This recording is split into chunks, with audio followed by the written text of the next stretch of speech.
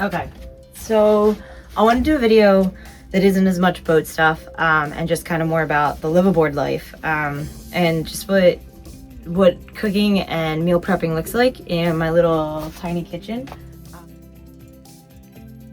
The biggest, most unique thing about cooking on a boat, for at least my boat, is that you don't have much power coming from your outlets.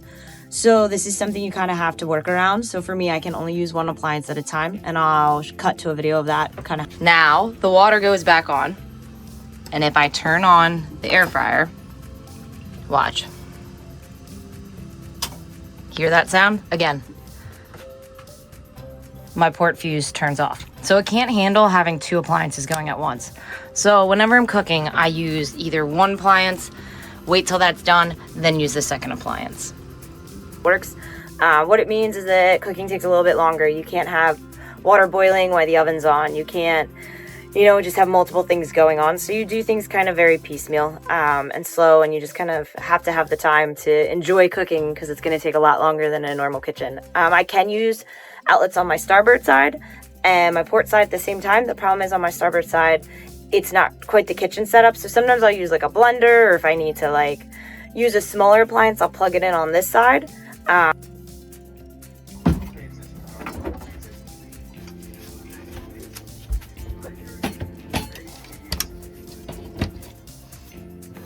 Fun fact, because my oven is on, I use this outlet because I have starboard and port outlets.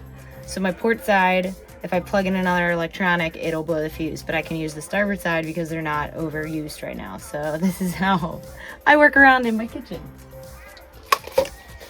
But when I'm doing the cooking, all my main appliances are plugged in on my port side. And as I said, I can only have one turned on at a time. So in this video, you'll see that I kind of do it piecemeal. I start with boiling water and I end with my oven time. So I kind of just break up my cooking that way. Okay, so I'm speeding through all this since it's gonna take forever. But what I'm prepping is a rice and pre-made marinated chicken meal. So I'll always start with the rice side, and I actually use my little kettle to heat up the water first before I put it on the boiler, just because it's actually quicker. So I'll do the rice first, I'll get that cooking, get that finished before I can even touch using the oven, because as I showed you before, it will flip the fuse. So I first start with that, and then when the rice is done, I'm able to start prepping the chicken and get ready to pop that in the oven. This is a really easy meal that I found, and it's just something that I can use and make 3 or 4 days worth of food. So it's a perfect meal prepping.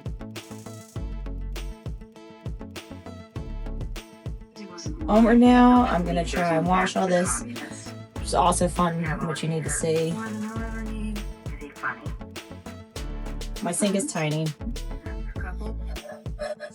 We're doing dishes. I have multiple drying racks, but usually I'll do the dishes in here and then stack them.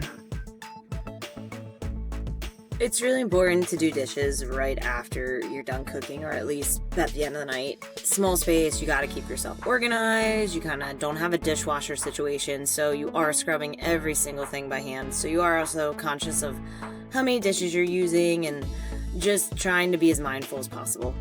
But yeah, it's one of the big pain points, I will say, of the small space boat living is those simple things like a dishwasher. I haven't used one in a long time, and so you get used to just hand scrubbing everything.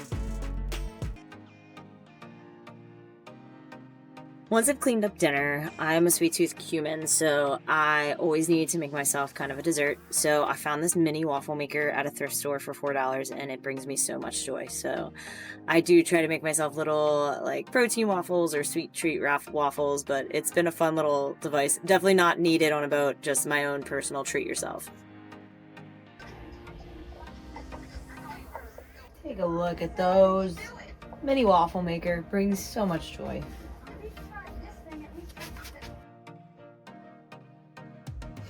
So, quick recap of our cooking. As I said, it's probably 9:30 now, so I started at 6:37. It's a good 3-hour process. The air fryer is pretty quick, but if I have the air fryer and I can't do anything else, and then if I'm doing other things, like at the waffle maker, I had to be plugged in on the other side. So you see the small little nuances of using this kitchen and being cleanly. This looks chaotic. I'm not saying I'm clean, but you have to do your dishes instantly. You don't have a dishwasher. You don't have that much space. Like, we didn't even use that many plates, and I have no more space. So that's why I do have these extra drying mats here. So when I do have bigger, like I'm using more pots and pans, I have more space for drying. But yeah, it's a small kitchen. You make do with what you got. Another key important thing to know, besides the fact that I can only use one outlet at a time on my port side and my starboard side, is knowing that after I cook, after I've done my dishes, when it's nighttime, I shut my water off. Some people leave their water running while they're on the boat and aren't afraid. I'm just paranoid. Water running can equal leaks. So I just only keep my water on when I'm using it, and then I shut it off. So usually at the end of the night, or if I'm not using it, I'll keep it off. So yeah, but welcome to cooking as a liveaboard. It's, I don't know, works for me, but it's not for everyone.